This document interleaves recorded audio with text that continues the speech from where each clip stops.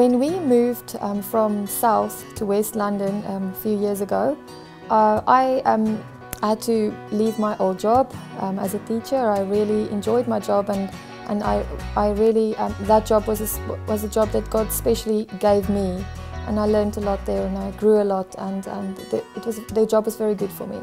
I was sad to let go of that job, but I knew and I trusted God will give me something even better, and I trusted God for something specific, and for a job where He wants me to make a difference and wants me to make an impact, because we work with children, and what God teaches me, I teach other people, especially children, and I really trusted God for a special job, and I applied for many jobs. I applied for about 30 jobs, and they were all unsuccessful.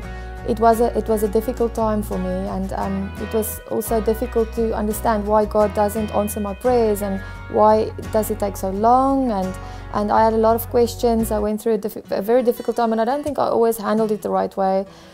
Sometimes I thought God is not going to answer my prayer, but He did, and as He always does in His timing, and I got the perfect job with the salary that I thought I won't be able to get. Most people said it's in this current financial situation I won't get that salary, and I did.